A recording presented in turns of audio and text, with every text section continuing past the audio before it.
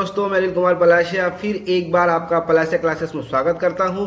और आज हम आपके लिए कक्षा 12वीं इतिहास पार्ट 2 अध्याय 2 के प्रश्नोत्तर राजा, किसान और नगर से संबंधित जानकारी लेकर आए हैं। यह हमारी कक्षा 12वीं की प्रतियोगिता परीक्षा के लिए बहुत ही महत्वपूर्ण है। इस लेख में हम 2 नंबर, 3 नंबर और इसके बाद 4 नंबर के महत्वपूर्ण प्रश्नों को देखेंगे जो हमारी परीक्षा में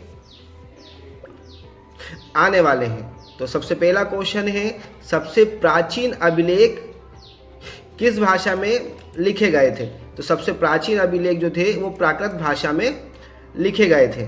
अगला क्वेश्चन है, ब्राह्मी लिपि को पढ़ने में सबसे पहले किसने सफलता प्राप्त की थी? तो ब्राह्मी लिपि को पढ़ने में सबसे पहले सफलता जेम्स प्रिंसेस ने 1838 में सफलता प्राप्त की थी। अगला क्वेश्चन है, जनपद शब्द से क्या अभिप्राय है? तो देखिए, जनपद शब्द का मतलब होता है कि एक ऐसा स्थल जहां पर बहुत सारे लोग निवास करते हो और अपनी समस्याओं का समाधान निकालते हो, वो शब्द जनपद शब्द कहलाता है। तो जनपद शब्द से आशय यह है कि ऐसा भूखंड जिसमें लोगों के कदम पड़े हैं, वहाँ लोग निवास करते हैं, वह भाग जनपद कहलाता है। अगला क्वेश्चन है, अशोक के अभिलेख किन किन लिपि में लिखे गए थे? तो सम्राट अशोक जो मौर्य वंश का शासक था, तो अशोक के अभिलेख सबसे प्राचीन अभिलेख माने जाते हैं और उनके अभिलेख लिखे गए हैं ब्राह्मी लिपि में, खरोष्टी लिपि में, आरामाइक लिपि में और यूनानी लिपि में। तो ये 4 लिपि में अशोक के अभिलेख लिखे गए हैं। अगला क्वेश्चन है हमारा, 6ठी शताब्दी ईसा पूर्व के 4 महत्वपूर्ण जनपदों के नाम बताइए। मतलब 6ठी शताब्दी में 4 महाजनपद कौन कौन से थे? तो आपको बता दूं कि 3री शताब्दी में 16 जनपद थे। जब भारत जो है वो अनेक खंडों में बटा हुआ था, भारत एकजुट नहीं था, उस समय 16 जनपद थे। तो सम्राट चंद्रगुप्त मौर्य ने सभी 16 जनपदों को मिलाकर एक अखंड भारत बनाया था। तो उसमें से कुछ हम देखते हैं, मगध, कौशल, पांचाल और गांधार। तो ये जो जनपद हैं ये 6ठी शताब्दी में महत्वपूर्ण जनपद माने जाते हैं। अगला क्वेश्चन है, मौर्य साम्राज्य की कोई 4 प्रमुख ऐतिहासिक स्रोतों के नाम लिखिए। यानी मौर्य साम्राज्य की कोई 4 प्रमुख ऐतिहासिक स्रोत जिससे कि हमें मौर्य साम्राज्य के बारे में जानकारी प्राप्त हो। तो ऐसे स्रोत कौन कौन से हैं? तो मेगास्थनीज की इंडिका, इसके बाद कौटिल्य का अर्थशास्त्र, इसके बाद विशाखा का मुद्राराक्ष और इसके बाद अशोक के अभिलेख। ये ऐसे 4 स्रोत है जिससे हमें मौर्य साम्राज्य की जानकारी प्राप्त होती है। अगला क्वेश्चन है, मौर्य साम्राज्य के कोई 5 प्रमुख राजनीतिक केंद्रों के नाम लिखिए। मतलब मौर्य साम्राज्य का जो भाग था, उसके जो केंद्र थे जहां पर शासन की बागडोर रहती थी, तो जैसे पाटलिपुत्र है, तक्षशिला है, कपिशा है, तोशाली है और उज्जैन है। तो ये महत्वपूर्ण केंद्र थे। अगला क्वेश्चन है हमारा, मेगास्थनीज कौन था? मेगास्थनीज एक यूनानी राजदूत था जो चंद्रगुप्त मौर्य के दरबार में आया था। ठीक है, तो मेगास्थनीज कौन था? मेगास्थनीज एक यूनानी राजदूत था जो चंद्रगुप्त मौर्य के राज दरबार में आया था। वह 5 वर्ष तक चंद्रगुप्त मौर्य के राज में रुका। कितने वर्ष तक रुका? 5 वर्ष तक रुका। वहां रुककर उसने मौर्य साम्राज्य के बारे में विस्तार से जानने का प्रयास किया। ठीक है, अगला क्वेश्चन, चाणक्य कौन थे? तो आपको इसके बारे में बता दूं मैं, चाणक्य जो थे वो चंद्रगुप्त मौर्य के गुरु थे और उन्हीं की सहायता से, चाणक्य की सहायता से ही चंद्रगुप्त मौर्य ने मौर्य साम्राज्य की स्थापना की थी। तो चाणक्य चंद्रगुप्त मौर्य के गुरु और उनके प्रधानमंत्री थे। उन्होंने अर्थशास्त्र नामक प्रसिद्ध ग्रंथ की रचना की थी। इस ग्रंथ में किस प्रकार से शासन करना चाहिए और शासन की विशेषता, राजनीति, अर्थशास्त्र से संबंधित सभी जानकारी को उन्होंने इस लेख में रखा था। तो दोस्तों, ये हो गए हमारे 2 नंबर के क्वेश्चन। अब हम डिस्कस करते हैं लघुत्तरीय प्रश्न, जो 2, 3 से 4 नंबर के प्रश्न जो परीक्षा में आ सकते हैं। अगला क्वेश्चन है हमारा, इतिहास के पुनर्निर्माण में अभिलेखों का क्या महत्व है? तो इतिहास है। अब इतिहास के निर्माण में अभिलेख हमारे किस प्रकार से मदद कर सकते हैं? तो इतिहास के निर्माण में अभिलेख का विशेष महत्व है। अभिलेख के माध्यम से समय का पता चलता है, मतलब जब अभिलेख को हम देखते हैं तो उससे हमें यह जानकारी प्राप्त होती है कि अभिलेख किस समय बनाया गया था। अभिलेखों में जो चित्र अंकित हैं उनसे यह ज्ञात होता है कि उस समय किस वस्तु का ज़्यादा महत्व था। मतलब अभिलेख में जो चित्र अंकित हैं, चाहे वो चित्र मंदिर हो या किसी जानवर के हो, पेड़ के हो, ईश्वर के हो, तो उससे हमें मतलब वहाँ की उस समय के शासन की जानकारी का प्राप्त होता है।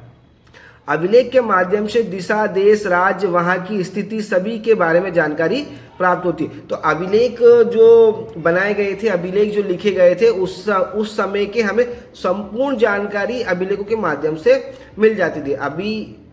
अभिलेख में उस समय के प्रशासन या राजा का चित्र भी अंकित होता था। उससे यह जानकारी स्पष्ट होती है कि वहाँ का प्रशासन किस प्रकार का था। मतलब अभिलेख के माध्यम से हमें प्रशासन से संबंधित, राज्य से संबंधित, सामाजिक, आर्थिक स्थिति सभी की जानकारी हमें प्राप्त होती है। इसके बाद मुद्रा या अभिलेख से राज्य की सीमा का भी पता लगाया जा सकता था। ये हो गया। अगला क्वेश्चन है, इतिहास के पुनर्निर्माण में सिक्कों अथवा मुद्राओं का क्या महत्व? सिक्के जो आज देखते हैं हम, 1 का 2 का सिक्का, ऐसे पहले भी इस प्रकार के सिक्के चलते थे। तो इतिहास के निर्माण में सिक्कों का क्या महत्व है, या सिक्के एक प्रमुख ऐतिहासिक स्रोत है? विवरण दीजिए। तो इतिहास के महत्व या प्राचीन इतिहास को जानने के लिए सिक्कों का विशेष महत्व रखा है। तो सिक्कों से क्या क्या प्राप्त होता है? आर्थिक दशा का ज्ञान, धार्मिक दशा का ज्ञान, समय का निर्धारण और साम्राज्य की सीमा का निर्धारण। तो हम इसमें देखते हैं कि आर्थिक दशा का ज्ञान, सिक्कों के माध्यम से हम यह जानकारी मिलती है कि वहाँ की आर्थिक स्थिति कैसी थी। देखिए, सिक्के जो थे, सिक्कों के माध्यम से हम यह जानकारी प्राप्त कर सकते हैं कि उस समय सिक्के किस प्रकार के चलाए जाते थे, और इस बात पर निर्भर करता है कि वहाँ पर सिक्के सोने, चांदी, तांबा या कांसा के चलाए जाते थे। तो जैसे सिक्के चलेंगे उस तरीके से हम वहाँ की स्थिति का पता आसानी से लगा सकते हैं। धार्मिक दशा का ज्ञान, तो सिक्के या मुद्रा पर जो देवी देवता के चित्र अंकित किए गए हैं, मतलब सिक्कों के ऊपर हम सिक्का देखते हैं ना, सिक्के 2 साइड के होते हैं, तो सिक्कों के ऊपर किन देवी देवता का चित्र अंकित है, उससे यह पता लग जाता है कि उस समय किस देवता या देवी की पूजा की जाती थी। अगला है समय का निर्धारण। सिक्कों के ऊपर समय भी लिखा जाता था, जिससे हमें यह पता चलता है कि वह किस काल या किस समय का था। अगला है हमारा साम्राज्य की सीमा का निर्धारण। तो सिक्कों के ऊपर राज चिन्ह या देवी देवता के चित्र या उस समय के राजा का चित्र अंकित किया गया, जिससे हमें यह पता लगा सकते हैं कि उस समय वहाँ के राजा का साम्राज्य कहाँ तक फैला हुआ था, मतलब वह वंश में किसका राज था, या वहाँ पर कौन से राजा राज करते थे। मतलब इस तरह की सारी जानकारी हमें सिक्कों के माध्यम से प्राप्त होती है। अगला क्वेश्चन है, मौर्य साम्राज्य भारतीय इतिहास का एक प्रमुख काल क्यों माना जाता है? मौर्य साम्राज्य का जो काल है वो भारतीय इतिहास, मतलब भारत के इतिहास में सबसे महत्वपूर्ण क्यों माना जाता है? तो मौर्य साम्राज्य भारतीय इतिहास का एक महत्वपूर्ण काल माना जाता है। तो क्यों माना जाता है, देख लेते हैं। मौर्य साम्राज्य भारतीय इतिहास का सबसे प्राचीन साम्राज्य माना जाता है। मतलब मौर्य साम्राज्य कैसा माना जाता है? सबसे प्राचीन साम्राज्य माना जाता है। मौर्य साम्राज्य के प्रथम शासक चंद्रगुप्त मौर्य ने मौर्य साम्राज्य की स्थापना की थी। मतलब चंद्रगुप्त मौर्य ने क्या किया था? मौर्य साम्राज्य की स्थापना किसके सहायता से? अपने गुरु चाणक्य की सहायता से किया था। अगला, मौर्य साम्राज्य के गठन से पूर्व भारत 16 जनपदों में बटा हुआ था। मतलब मौर्य साम्राज्य गठन हुआ उससे पहले मतलब भारत जो था वो 16 जनपदों में स्थापित था। जब मौर्य साम्राज्य गठन हुआ तो उन्होंने 16 जनपदों को एकजुट किया। अगला है, चंद्रगुप्त मौर्य ने अपने गुरु चाणक्य की सहायता से सभी जनपदों को एक किया और अखंड भारत का निर्माण किया। अगला, चंद्रगुप्त के बाद उनके पौत्र सम्राट अशोक एक महान शासक हुए हैं। ठीक है, ये हमारा क्वेश्चन हो गया। अगला क्वेश्चन है, अशोक के धर्म की प्रमुख विशेषता बताइए। मतलब अशोक के धर्म की क्या विशेषता है? अशोक का धर्म में अशोक की प्रजाहित की भावना का प्रतिबिंब स्पष्ट दिखाई देता है, स्पष्ट कीजिए। ये क्वेश्चन है, इसका हल देखते हैं। तो अशोक जब राज सिंहासन पर बैठा तो वह प्रारंभ में हिंदू धर्म का अनुयायी था और उसे मानता था, लेकिन जब उसने उसने कलिंग युद्ध लड़ा तो उसमें लाखों लोगों की मृत्यु को देखकर उसका हृदय परिवर्तन हो गया और उसने बौद्ध धर्म को अपना लिया और सर्वधर्म को मानने लगा। तो हुआ क्या, सबसे पहले जब अशोक को राज्य सिंहासन मिला तो अशोक मतलब हिंदू धर्म को मानता था, ठीक है। इसके बाद जब उसने अपने राज्य का विस्तार करने के लिए कलिंग, जो उड़ीसा, कलिंग राज्य पर आक्रमण किया जिसमें मतलब लाखों लोगों की मृत्यु हुई, तो उस मृत्यु को देखकर मतलब सम्राट अशोक का हृदय परिवर्तन हो गया। अब हृदय परिवर्तन हुआ तो उसने उस समय मतलब बौद्ध धर्म का प्रचलन ज़्यादा था, तो वो बौद्ध धर्म उसने ग्रहण कर लिया। अब बौद्ध धर्म को जब उसने ग्रहण करा तो बौद्ध धर्म को उसने अपनाया जिसमें वो सभी धर्मों को एक समान मानने लगा, ठीक है। अब आगे देखते हैं, अशोक के धर्म की सबसे बड़ी विशेषता यह थी कि वह सभी धर्म को मानता था। क्या था, अशोक क्या करता था, सभी धर्म को मानता था। बौद्ध धर्म की विशेषता यही है, उसके धर्म में सभी धर्म का गुण समाया हुआ था, ठीक है। अशोक ने अनेक प्रथा को बंद कर दिया, मतलब प्रथा को बंद कर दिया। क्या कर दिया था, अनेक प्रथा को बंद कर दिया, जिसमें पशु बलि, विधवा बलि को बंद कर दिया था।